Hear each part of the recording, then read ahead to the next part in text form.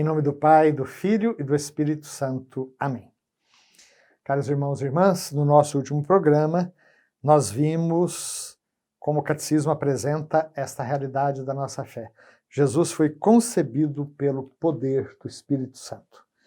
Vimos como a anunciação do anjo Gabriel a Maria inaugura o tempo previsto, de que fala São Paulo na carta aos Gálatas, capítulo 4, versículo 4, chegando o tempo previsto, Deus enviou seu filho, nascido de uma mulher, nascido sujeito à lei, para libertar aqueles que estavam sujeitos à lei.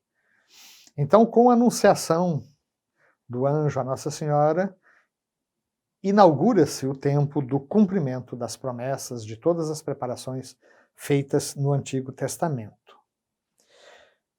Durante a anunciação, Maria ainda não era esposa propriamente de José, no sentido que nós usamos hoje. Ela já era prometida em casamento, inclusive São Lucas fala que ela era desposada com um homem da casa de Davi chamado José, mas ela vivia um tempo que para nós corresponde ao noivado, ou seja, prometidos em casamento sim, mas ainda não moravam juntos. E quando o anjo diz que ela deveria conceber e dar à luz um filho, ela pergunta como, se eu não conheço homem algum. Deus está mudando os planos também nisso, e o anjo lhe responde que o Espírito Santo a cobriria com a sua sombra, e por isso aquele que nasceria dela seria chamado de Filho do Altíssimo. Vimos também como a missão do Espírito Santo está sempre relacionada com a missão do Filho. O Espírito Santo, então, foi enviado para santificar o seio de Maria, de modo que ele pudesse conceber e dar à luz o Filho de Deus. Vimos também, e chegamos ao parágrafo 486, que quando Jesus foi concebido no seio da Virgem Maria, aquele que era desde toda a eternidade o Filho único do Pai, porque já tivemos a oportunidade de falar longamente sobre o mistério da Trindade, Pai, Filho e Espírito Santo são um só Deus, desde toda a eternidade, mas na plenitude dos tempos, uma dessas pessoas entra na nossa história. E quando isso acontece, quando o Verbo, o Filho único do Pai, é concebido no ventre de Nossa Senhora, ele já é ungido pelo Espírito Santo. Como diz São Mateus, o anjo falando do nascimento de Jesus aos pastores vai dizer que ele é chamado o Cristo. Vejam, meus queridos, existe aqui uma, digamos assim, uma disputa teológica que envolveu Santo Irineu de um lado, desde o século II, e Santo Atanásio e outros mais, sobre quando Jesus se torna Cristo. Cristo quer dizer ungido. Para Santo Irineu, ou melhor, para Santo Atanásio, que teve que viver de maneira muito intensa todos os debates do Concílio de Nicéia, quando a heresia negava que o Verbo fosse Filho de Deus, ou fosse Deus, melhor dizendo, seria uma primeira criatura, a criatura mais perfeita, mas não seria Deus, porque existe um único Deus, e se o Filho fosse Deus, haveria dois deuses. E aí o Concílio de Nicéia vai se reunir e vai dizer, não, ele é Deus de Deus, luz da luz, Deus verdadeiro de Deus verdadeiro, gerado, não criado, consubstancial ao Pai. A partir daí, e até para não dar tanta força aos opositores, se evitou muito falar, por exemplo, do batismo de Jesus como sendo o momento da unção. Até porque o Evangelho de São Mateus fala que ele já, no momento do seu nascimento, já era ungido. E aqui o nosso catecismo diz até mesmo antes, no momento da concepção, ele já é ungido pelo Espírito Santo. De qualquer maneira, como o nosso catecismo vai dizer, se desde o início da sua existência humana ele já foi ungido pelo Espírito Santo, a sua manifestação só se realiza progressivamente. Então, aos pastores, Jesus é manifestado já como Cristo, como ungido, aos magos, A João Batista, mais ainda, de uma maneira mais especial, e aqui que entra Santo Irineu, né?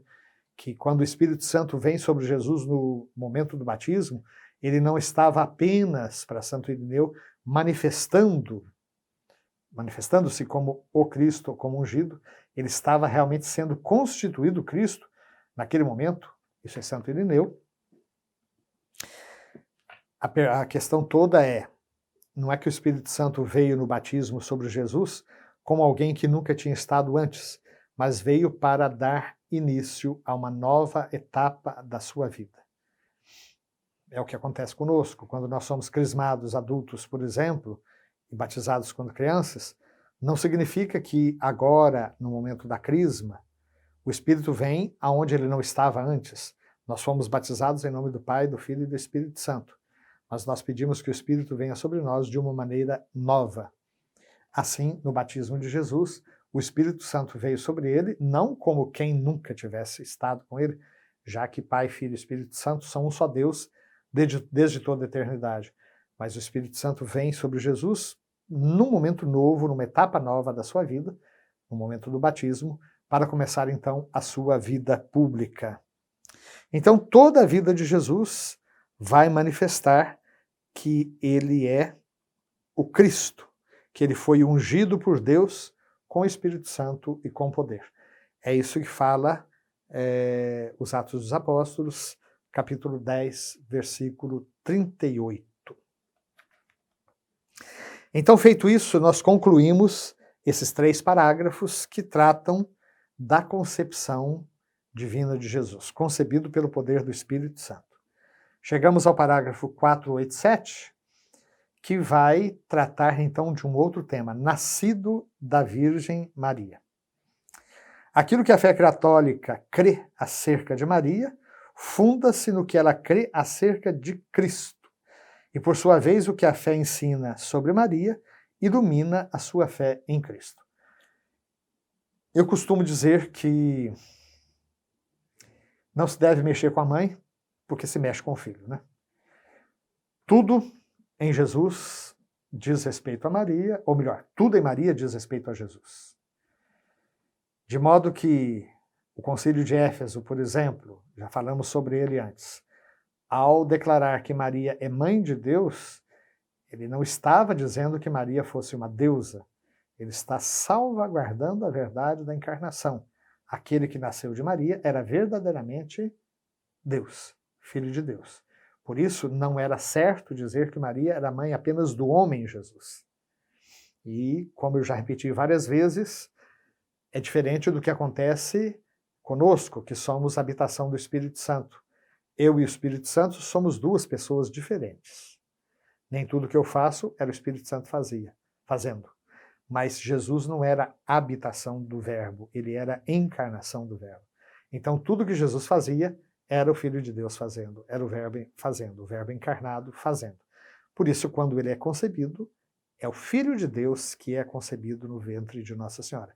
E por isso é que ela pode, com toda a propriedade, ser chamada Mãe de Deus. É isso que o Catecismo está nos dizendo. Aquilo que a fé católica crê acerca de Maria se fundamenta justamente no que ela acredita acerca de Cristo. E, por sua vez, o que a fé ensina sobre Maria vai iluminar ainda mais a fé em Cristo. Não é por nada que a última palavra que os evangelhos, que a Sagrada Escritura em geral, mesmo Atos dos Apóstolos, a última palavra que os evangelhos apresentam na boca de Nossa Senhora é nas bodas de Caná, quando ela diz: fazei tudo o que ele vos disser. Essa é a verdadeira missão de Maria, conduzir tudo e todos para Jesus. Por isso é que nós a veneramos como Mãe de Deus e também Mãe da Igreja, por isso, nossa Mãe. Que o Senhor nos abençoe, nos livre de todo mal e nos conduza, hoje e sempre, à vida eterna. Amém.